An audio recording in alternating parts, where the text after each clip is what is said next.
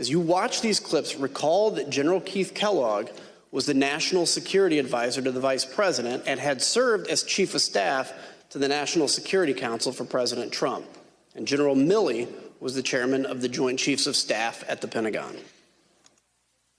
Are you familiar with a memo that the President reportedly signed on November 11th, 2020, ordering that troops be withdrawn from Afghanistan and Somalia? Yes.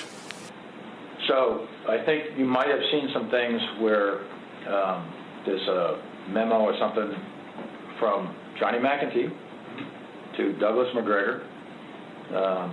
It says, here's your task to get U.S. forces out of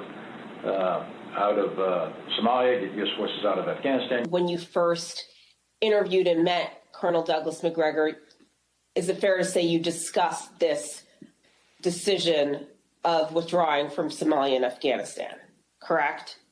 Yeah, I'm sure that was part of it, yeah. And that was the position that he was taking over there was senior advisor to the Secretary of Defense, is that correct? Yes. So on that same day, just so I'm clear, he responded back to you that they, meaning DOD leadership, was not going to take any of those steps without an order. Without a directive, yeah.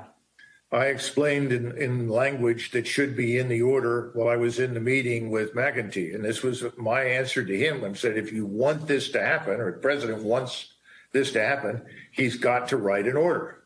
So you never wrote this down in any capacity? Well, I sketched on a piece of paper for him some key statements. The president directs. This is, what's the right word, boilerplate language? Who within his office drafted the order? It was myself and one of my assistants. McEntee duly types it up, brings it in to the president. The president signs it, and boom, it's over, faxed over, or emailed, scanned over to Caspatel, delivers it to me. Was it by auto pen, or was it the president himself signing it? It was the president. And who obtained that signature? I did. It is odd. It is non-standard. It is potentially dangerous. I personally thought it was militarily not feasible nor wise. And I proceeded to tell the PPO and proceeded to tell McGregor that if I ever saw anything like that, I would do something physical, because I thought what that was done was a tremendous disservice to the nation. And by the way, it was a very, very contested issue. There were people who did not agree with getting out of Afghanistan. I appreciate their concerns. An immediate departure, that memo said, would have been catastrophic. It's the same thing what President Biden went through. It would have been a debacle.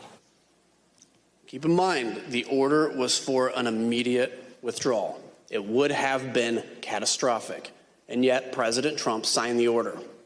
These are the highly consequential actions of a president who knows his term will shortly end. At the same time that President Trump was acknowledging privately that he had lost the election, he was hearing that there was no evidence of fraud or irregularities sufficient to change the outcome.